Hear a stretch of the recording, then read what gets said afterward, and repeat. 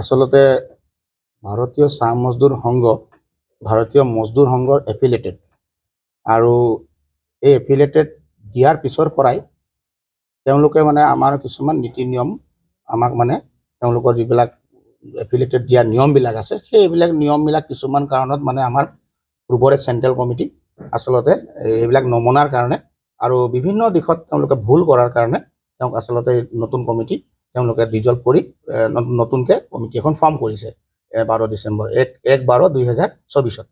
তো এতিয়া কথা হ'ল গোলাঘাট জিলাতো তেনেধৰণৰ বিতৰ্কবিলাক চলি আছিলে অকল বিতৰ্ক শ্ৰমিকৰ কাম কৰাৰ পৰিৱৰ্তে বিতৰ্ক ভাত প্ৰতিঘাত চলি থকাৰ মাজত শ্ৰমিকসকলে বহুত ভুক্তভোগী হৈছিল সেইকাৰণে আজি শ্ৰমিকসকলে সিদ্ধান্ত কৰিলে যে আমি এনেকাটো থাকিলে নহ'ব ভাৰতীয় চাহ মজদুৰ সংঘ ভালদৰে বনাই শ্ৰমিকৰ হকে কাম কৰি যাব লাগিব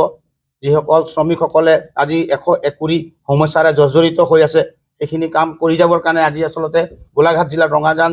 আমাৰ শ্ৰদ্ধা ৰেষ্টুৰেণ্টত আজি এই সভাখন আয়োজন কৰি আজি আচলতে নতুন সমিতিখন ইয়াত বনা হ'ল আৰু চাহ শ্ৰমিকৰ যিবিলাক কাম আছে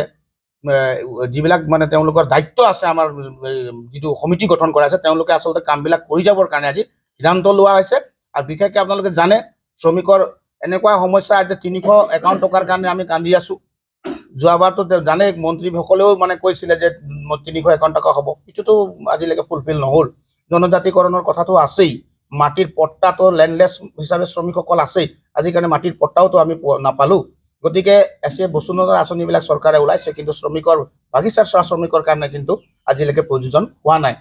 আমাৰ 21 জনীয়া কমিটিৰ পেনেল বনাইছে আমাৰ ডিচেম্বৰ ৰজক ডাঙৰীয়াক সভাপতি হিচাপে লৈছে মংলু ভূঞাক ৱৰ্কিং কমিটি হিচাপে প্ৰেচিডেণ্ট হিচাপে দায়িত্ব দিছে আৰু লগতে সম্পাদকক দায়িত্বত মুকেশ দালক আজি ৰাইজে দায়িত্ব অৰ্পণ কৰিছে আৰু 21 জনীয়া কমিটি টোটেল মানে ইয়াত আজি বনাই মেলি ৰাইজৰ কাম কৰিবৰ কাৰণে আজি দায়িত্ব দিছে